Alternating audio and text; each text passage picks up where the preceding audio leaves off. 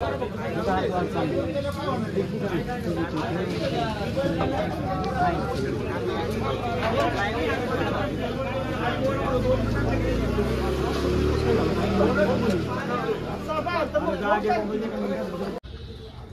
धक्कादायक बातमी समोर येते। खरं म्हणजे पुरंदर तालुक्यातल्या बेलसर गावामध्ये ग्रामपंचायत कार्यालयाला आग लागली होती। काही मिनिटांमध्ये पाठीमागच्या काही अर्ध्या तासामध्ये या ग्रामपंचायत कार्यालयाचं होतं ते नव्हतं झालंय। तुम्ही पाहू शकताय माझ्या पाठीमागे थेट आपण ग्रामपंचायत कार्यालयातून आहोत। तुम्ही माझ्या बाजूला बघू शकताय की बऱ्यापैकी भाग हा जळालेला आहे।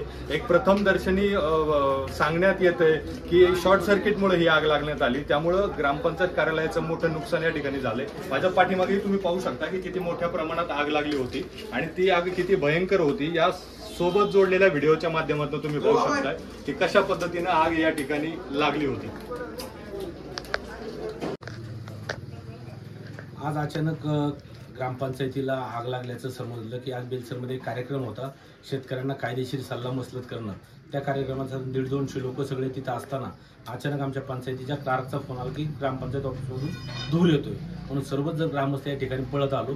तर जिथं आता आपण बघतोय की सरपंच ग्रामसेवक आम्ही बसायचो त्या ठिकाणी ते केबिनला पूर्ण आग लागली आणि आगीचं एवढं रुद्ररूप धारण केलं की याच्यामध्ये पूर्ण पंचायतीची अख्खी इमारत पूर्णपणे आता जळून गेलेली आहे। पण त्याच वेळेस आमच्या गावचे वायरमन असतील, सर्व तरुण सहकारी असतील, यांनी चांगल्या प्रकारे सहकार्य केलं।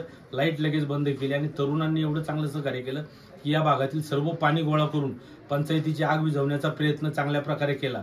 आणि त्याच वेळामध्ये जेजुरी असेल, सासवड नगरपालिका असेल, त्यांच्याही फायर ब्रिगेडच्या गाड्या त्वरित या ठिकाणी आल्या आणि त्यामुळे ही आग लवकरात लवकर आटोक्यात 10-15 मिनिटांमध्ये आणण्यामध्ये सर्व ग्रामस्थांना यश आलं।